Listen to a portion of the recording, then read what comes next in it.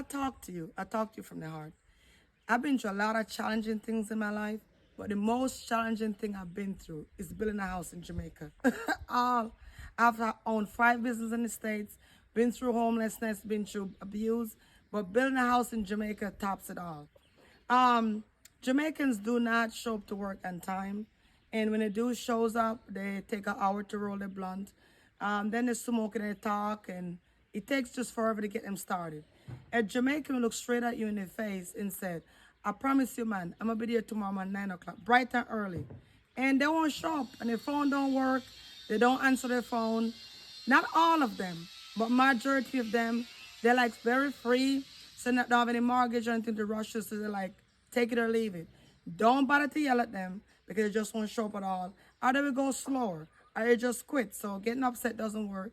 You just have to learn to go with the flow. And when you come in here, you're on a time frame to get things done. They don't understand that. So time is money. The Jamaicans don't see time as money. So it takes a lot of time to build something with them. You can't really get an estimate. You can't really get a price. It's just a lot goes into it. And when a Jamaican doesn't show up to work, he asks them and say, "Where you been? You thought you was coming 9 o'clock this morning." They're like, "Man, I just have a little party if you go to." That's it. Don't take nothing serious. So I figured there's so many people that message me, want to come home and live a simple life. And I decided I'm going to build these tiny homes. So, I could take the stress off of it for you and deal with the headache because I don't mind it. I don't mind dealing with it because I'm living here. So it's easy. It's not a stress for me now because I learned to adapt to their ways. And I'm living here, so I have all the time in the world to do it. I'm going to show you the specs of the house, the length, the width, and where your kitchen's going to be, where your bed's going to be. But first I want to say, when I was living in these little houses growing up, I thought I was poor. My biggest vision and dream was to go to America. I have to get to America.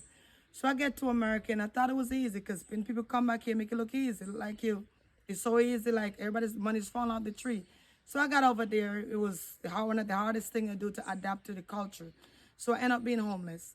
I was homeless for like a year. Then I rented an apartment, live on the floor for a little bit, and start my own business and build myself up from there.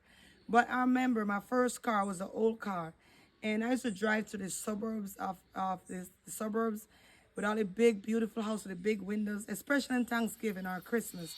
But I see all the lights and people eating their dinner and breaking the turkey legs. I used to get so sad that I want to own one of these houses. My dream was to own one of these big houses because everybody looks so happy. So I worked my ass off. I popped my ass to own a house. I tell you, I work from nothing, night and day, to own a big houses. And I own those big houses. And this is it. And let me tell you something. The first 6 months, I was happy because I accomplished it. But when the bills ain't start lick me, I tell you, 600 to 700 a month in bills every month when I get up, man, to maintain the lawn alone, to get them, to clean the pavers outside, the mortgage, it was the taxes alone was 17,000 a year. So you never pay my mortgage off. I have to pay at least 1,300 a month in taxes. The insurance. Oh my God, it's just so much. I couldn't rely. Every 30 days was the same thing over and over. So I decided, and everybody wanted my life. I have a race car, I have a Jeep, my life looked great on the outside. Everybody wanted my life. Everybody, oh my God, tomorrow I want your life. It looks so happy. But at night, I would cringe that every month is the same thing. You have to stay on point. Is you lose everything you have. And I said, I can't continue living like this. So I sell everything I have. And then I moved to try to have a simpler life. The taxes follow me. Still have to pay the property taxes. I still have all it. The codes to follow up my business so much. So I was like, you know what? I'm just going to come back home to Jamaica where it's simple.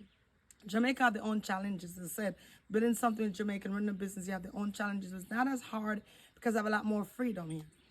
So that brings me to the point to, if you want to invest here, if you want to live here, if you want to move back here, there's so much Jamaicans that live in this shoebox apartment in New York City, and you have to pay $3,000 a month for it. You will come back to your country. You will come back home. There's so many people saying, don't make these videos trying to bring back foreigners here. Make them stay in America. If this is your country, Jamaica, and you want to come back home, I'm going to make it easy for you. Because the Chinese are living here. The Chinese are taking over. Somebody's taking Jamaica over one way or the other. Somebody's taking over Jamaica one. So I'd rather my native people come back here, and I want to make it affordable for you to come back here to live. So that's one of the points I also want to make. So let me show you the house. So the houses are, right now, they build 10 by 14 long. I'm going to switch it and make them 14 long, 10 wide. And the bathroom comes with it. So this is your bathroom over here. The door is the same. This here doesn't come with it. Your patio, you could add this on it on your own when you take the house, because you cannot move concrete, obviously. You get the same door. So inside, you have the bed upstairs. So once you have the bed upstairs, you can have your kitchen over here. This is your shelf and your closet area. It's a tiny home. And this is your seating area. And this is your bathroom. And there's your view for the bathroom. Some houses come with a bed downstairs. Hey! So, some houses come with a bed downstairs, some with a bed upstairs. So it's up to your preference. And if you want something a little bit bigger, 24 by 12, we could make it. You just have to be able to move on a truck. So I'm not going to go to your location, build a house. I'm going to stay right here and build them, and you have to pick them up. So once they can move, and a trailer, we could build them to suite, whatever you like, you could build them and move. Any more information you need, please email me if it's easier for you. This is my email address. And please visit my website. By the way, I'm looking for a property manager to run this property. I have one person in mind. If it doesn't work out, I'm trying to find somebody to live on the property and run this property for me, because I'm busy doing other things and it's taking up too much of my time. So I'm looking for a good man or woman is welcome. You just can't have no interest in, you know, my tuntun. But apart from that, once you got no interest in my tuntun, you're going to apply for the job position, okay? You all have yourself a blessed day.